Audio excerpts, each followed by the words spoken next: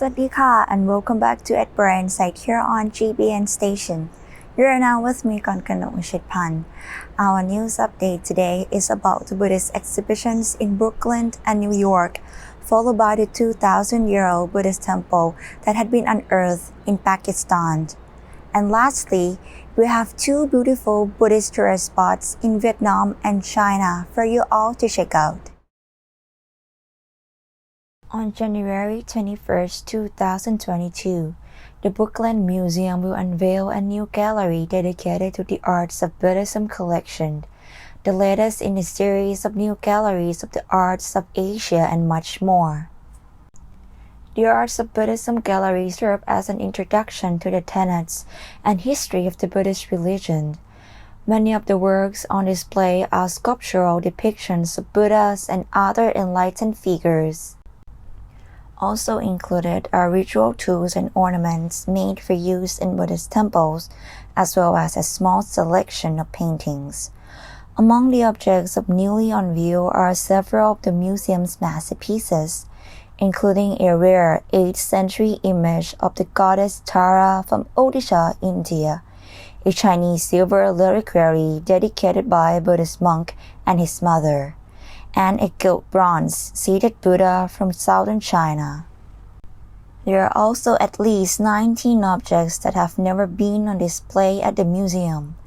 In addition, as a part of the inaugural installation of the gallery, a pair of important Japanese mandala paintings dating to the 14th century will be on view for the first time in 25 years.New York's Rupen Museum of Art, a longtime supporter of contemporary innovation alongside ancient Buddhist ideas, is offering two widely praised Buddhist theme exhibits. The exhibits, The Mandala Lab and Awakened, Exhibition Buddhist Journey to Enlightenment, invite visitors to interact with the art, as well as their own minds and senses. The Mandala Lab is an ongoing exhibit,slated to last through 2031, while Awaken will end on 3rd January 2022. Awaken is comprised of 37 works of art dating from the 7th to the 21st centuries. Media include stone, wood, and metal sculptures alongside illuminated manuscripts and traditional Tibetan hanging paintings, tangas,as well as the original art by Nepal-born Tibetan-American artist Tisharin Chopra.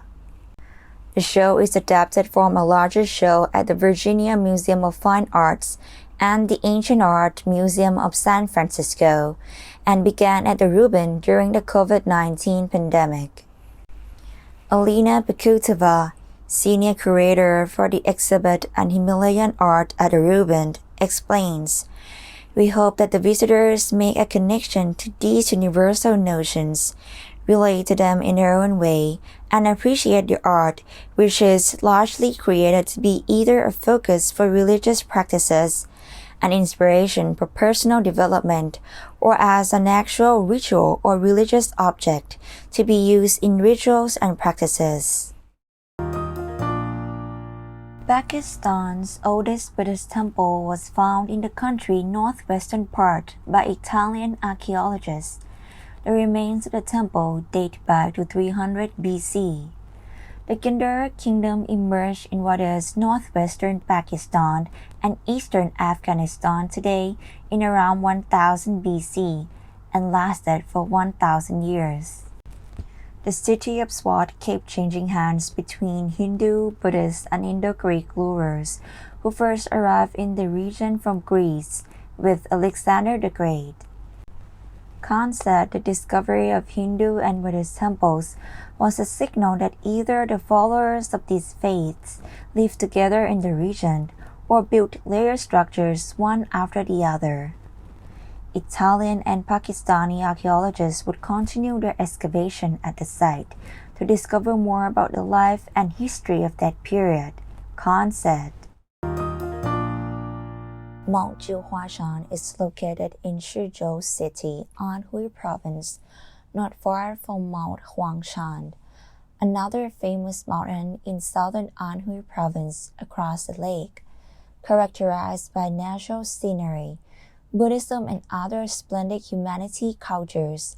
It is known as one of the 4 famous Buddhism sacred mountains in China and designated as a national 5A level scenic spot.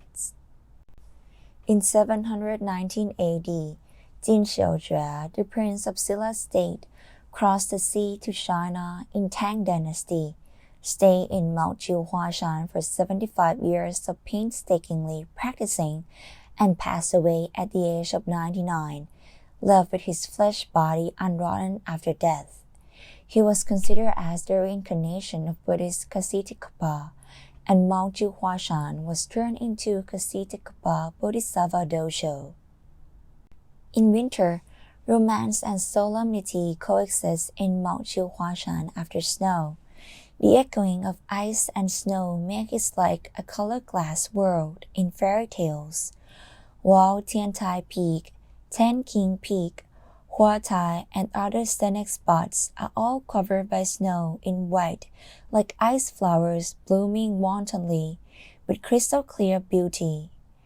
When visiting ancient temples by walking through the snow, burning incense and listening to the Dharma, in contrast to viewing purity, inner peace stay in our hearts. Being covered by the white snow, the distant mountains, ancient temples, and snow complement each other. The branches of trees all over the mountains became into rhymes, with exquisitely carved ice crystals, like beautiful blooming snow lotus, or a natural ink painting, making people infatuated with it. Today, Long Pete John from Mind Story will be talking about Buddhist monk and metaverse. Let us find out together.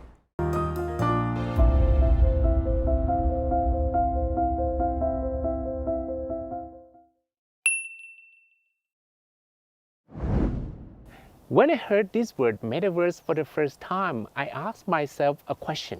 Is metaverse something for me? Am I going to be in the metaverse? And the answer can be yes and no.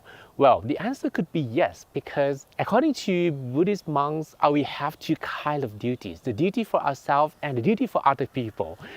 Well, we probably will need to spend time not only for ourselves, but for other people as well, for our students or people who are interested to learn more about spirituality, about meditation, and about Buddhism. Well, we probably will have to be in the metaverse when everyone will be in the metaverse, because we have to teach people where people are. So you can see that I have videos on Facebook, I teach on YouTube, because these days many people, they don't come to Buddhist temples because they are not valuable. They have to work, they have limited time because of the transportation, and maybe the temples are far away, and maybe we live in different countries. So people who are in Facebook, who are on YouTube, who are social network, they also have a chance to learn the Dharma as well, even though they are not in my country. They cannot visit me physically in my temple.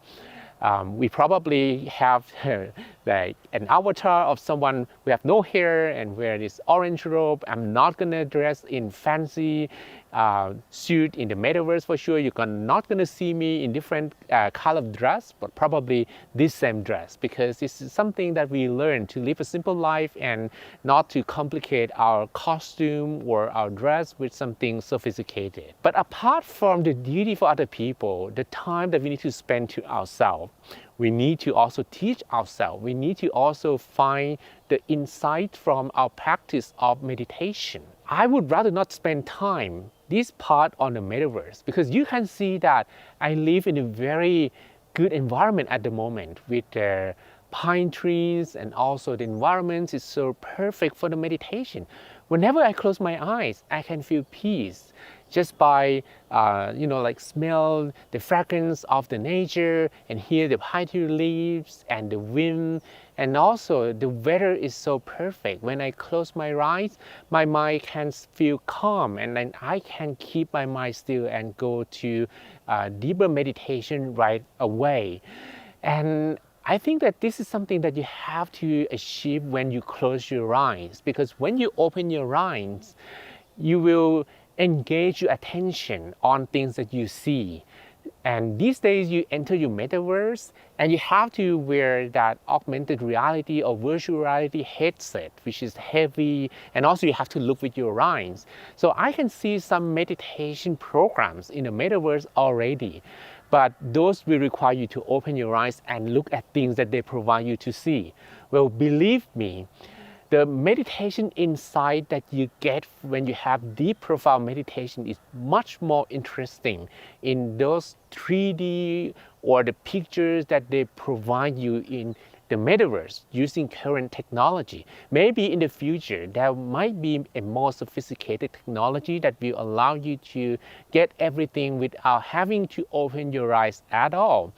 But these can also be achieved without using those headsets, without using any technology. You just close your eyes and be in the nature, and you get that profound inner peace right away in your backyard, in the nature. This is something that you can still enjoy, and I think many countries still do have this beautiful nature, and you can maybe travel some hours away to be secluded from other people and feel the peace of mind.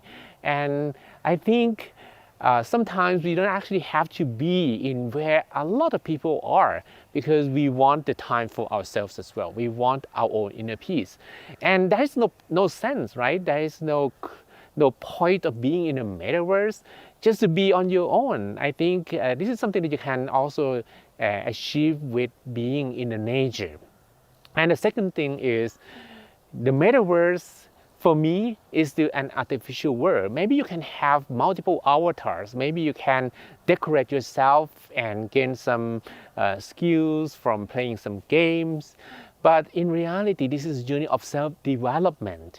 We need to be proud of who we really are, our physical self. We look in a mirror. Can we really bow to ourselves in a mirror? This is a question that all the Buddhist monks have to ask themselves, whether they are Buddhist monks or not. Because this cloth, even though we put on the saffron robe, the orange cloth, there is no difference. It has no power to change our mind.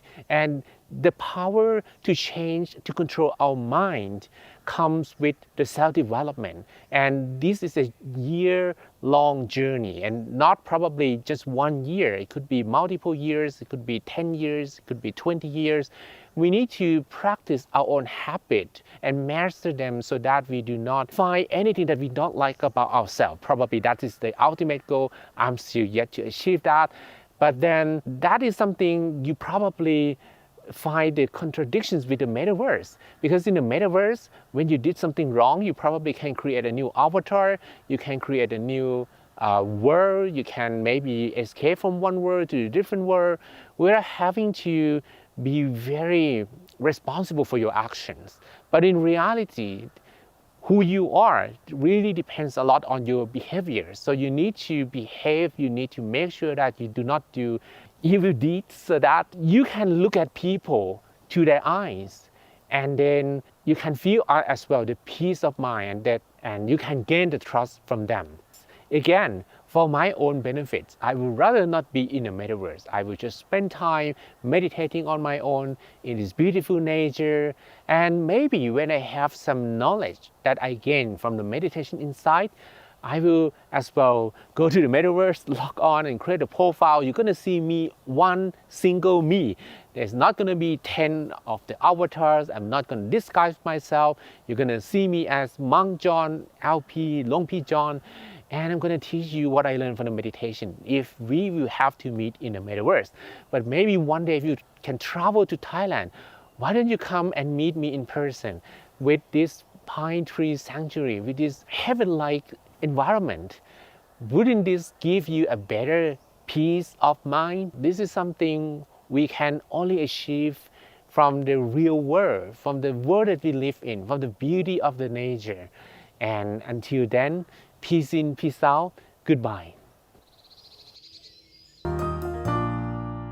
If you're interested about Buddhism and meditation practice, make sure to like and subscribe Mind Stories YouTube channel. And now it's time for the Lord Buddha's Dharma Code. Bhikkhus, the ocean receding causes the rivers to recede. The rivers receding cause the streams to recede. The streams receding cause the lakes to recede. The lakes receding cause the pools to recede. So too, ignorance receding causes volitional formations to recede. Volitional formations receding cause consciousness to recede. Birth receding causes aging and death to recede. This is the last episode of our Edinburgh Insight News program of the year 2021. Have a happy new year and see you again next year. สวัสดีค่ะ